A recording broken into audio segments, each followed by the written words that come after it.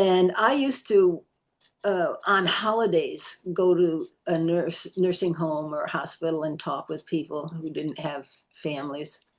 But I didn't reach half as many as what, or as deeply as what Dylan did. You're watching the Spotlight Network. Starring Hollywood's newsman, Logan Crawford. They now believe a single member. He works with TV and film legends.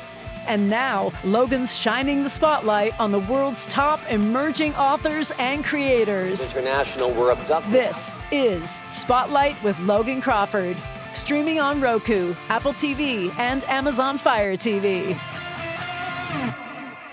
I'm Logan Crawford, and right now we're celebrating the powerful legacy of a beautiful golden retriever named Dylan in the heartfelt book, You and the Sunshine, Dylan.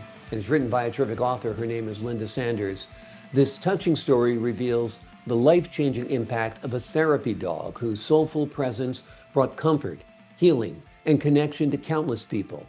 Filled with emotional photographs and profound moments of interspecies understanding, this book is a tribute to the healing power of compassion on four legs. We're delighted to have this very talented author join us here today. We thank the team for helping us put her in the spotlight today, and we ask viewers like you to support authors like her by subscribing to our channel and by purchasing her amazing book. The links are below this interview. Linda, thank you so much for joining me here today. Well, thank you for that wonderful introduction. I got interested in reading it, and I said, well, wait a minute. I know that book. I know that story. I know that book. I wrote it, come to think about it. Well, that's wonderful. Well, you did a great job on this book. Dylan, I think in everybody's life, there's a dog that's your special dog, almost like your special person. My special dog was a beautiful little tiny black Jack Russell Terrier named Shadow, and he is my favorite dog I ever had. Such a cutie. Cute. Tell us about Dylan and what made him so special among therapy dogs. Well, actually, he came into my life before many therapy dogs were here in this country. They were starting up in Europe, and and so it was new here. But I picked him out of the litter after being talked into getting another dog by my friends. And I held him up, and he just held eye contact. He didn't fidget like a puppy. He didn't move around. He just looked at me. And I said, oh boy, he would be a great service dog. And yet I didn't want to give him up so that he could be a seeing eye or hearing ear dog. So I did research back then. Now therapy dogs are all over the place, and they're doing wonderful work. But then nobody much knew about it in this country back then. So I did the research and said, okay, I'm going to make sure that he continues his mission, whether he knows it or not, but he knew it. He knew it. So I trained him. Wonderful. When we went for his certification, the judge who was judging him in the field as well said, I believe you overtrained this dog. And I said, okay, sorry. I mean, I didn't have any models to use, but overtraining was very good because it opened up doors for him to make contact to different populations who needed some contact with somebody loving them. Oh, absolutely. What kind of populations did he have contact with, and what kind of work did he do? Well, his first job, actually, I thought I was just training him on a site. I had a friend who was a director of a nursing home in Fitchburg, and Dylan was almost 2, not quite. And I told him that I was training him, and wanted to know if I could bring him in to get used to the smells and the noises and all that, so I could see where he is on his learning and when he can be trusted. And my friend said, "Fine, bring him in anytime." And so I took him in, had a little short leash, and watched him interact and watched the people who came up to him. And I took the leash off right there. Training was over. The smells didn't bother him. He wasn't. He wouldn't run anywhere to knock anybody over with crutches or anything. I mean, he just. I don't know. I don't know if I believe in reincarnation or not, but I don't think he needed me. Amazing, amazing. It's amazing how some dogs have wonderful instincts around old people, fragile people, children. They know not to jump up. They know not to knock down. They know not to barge around. They know not to grab food.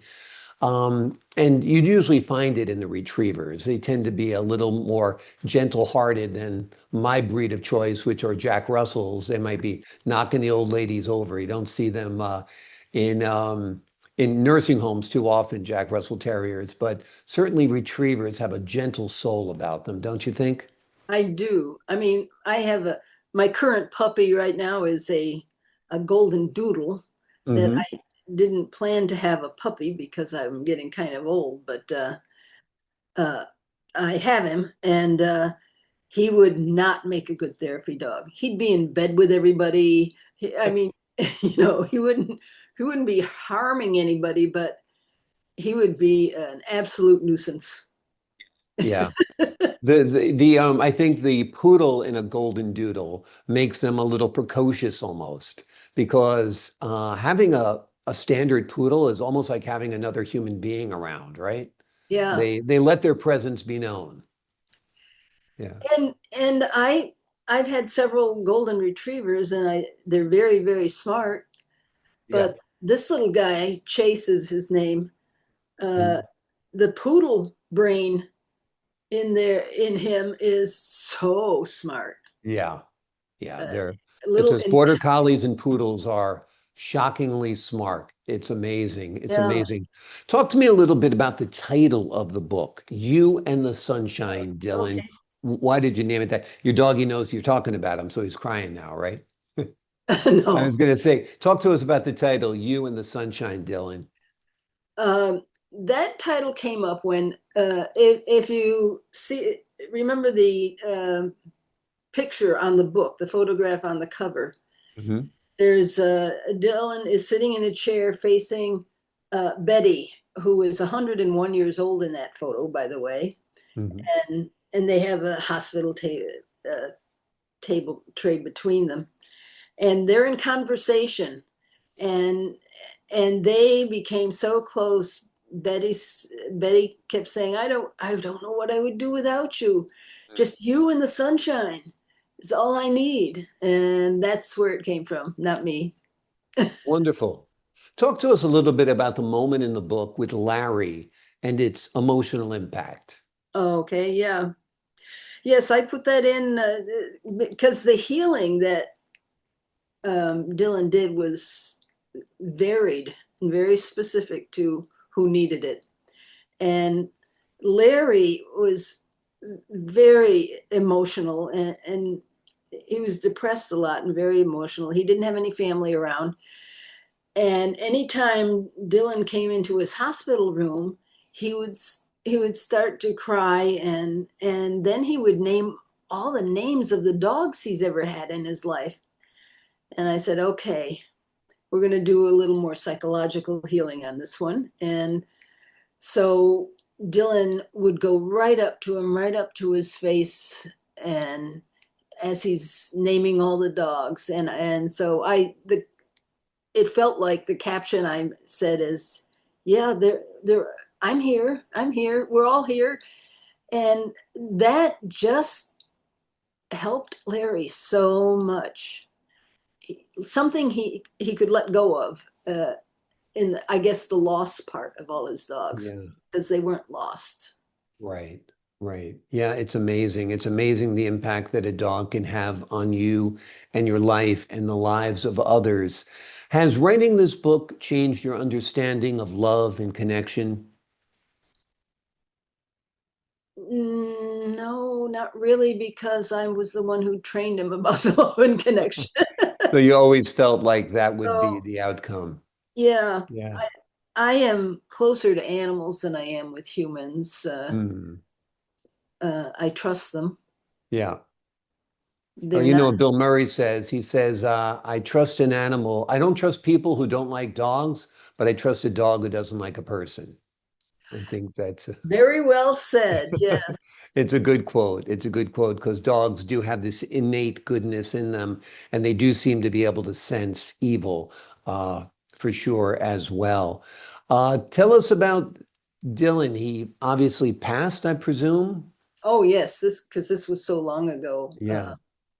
before we have therapy dogs here, and I don't remember what year, but it's got to be at least 25 or 30 years ago. Wow. Uh, But before, he was made that much of an impact that even a quarter a century after his passing, you still write about him. well, I wasn't considering it because I thought it was old news. Hmm. And my not my puppy right now, but my dog right before my puppy, also a golden retriever named Skylar, uh, was going to this veterinarian who did natural medicine. So I always look for that flavor of that as well. And she's wonderful in the Boston area. She's great. And she said something that reminded me of an old photo I remembered of Dylan. And so I emailed it to her, and she said, "Oh my goodness, it says it all, Linda. You got to write a book." And I said, "Everybody knows about therapy dogs now, these days." She says, "Not like this." So, so that's what I did. I wasn't planning on it, but I had so many photos to support the story, from lots of people taking photos, and including mine. So Yeah. I thought, okay, this will make it easier to organize my thoughts. And then I said, well, wait a minute, why don't I just place the photos to support the thoughts? And that's what I did. So it wasn't in my plan, but I'm glad I did it. Absolutely. Well, I'm glad you did it as well because it's a beautiful reminder of the healing power of dogs and the importance of therapy dogs. What do you hope readers take away from the book? My biggest hope readers take away is remembering that there are so many people in hospitals and nursing homes where they have no one anymore. Their families are gone. They they're just there, and the staffs do the best they can, Yeah. but they have all these other people to take care of and their own personal lives. And I used to on holidays go to a nursing home or hospital and talk with people who didn't have families, but I didn't reach half as many as what, or as deeply as what Dylan did. So that's, the need is still there, by the Sure. way, with all Sure. the therapy dogs. So I hope people take away that if you ever have nothing to do on any day of the week, please go visit somebody who doesn't have any family anymore. That's an important and a beautiful message, and you will really lighten their heart by going and visiting and smiling and listening to their stories and having a kind word. And if you're lucky enough to have a therapy dog to bring with you, that'd be wonderful too. Absolutely. The name of the book we've been talking about today is You and the Sunshine, Dylan. It is a beautiful reminder of the healing power of love, loyalty, and a golden heart. Thanks so much for joining us here today. Thank you very much. I really appreciate it. I appreciate your time, your insight, your candor, and your great heart. To the folks at home, I'm Logan Crawford, thanking you for your time this time until next time.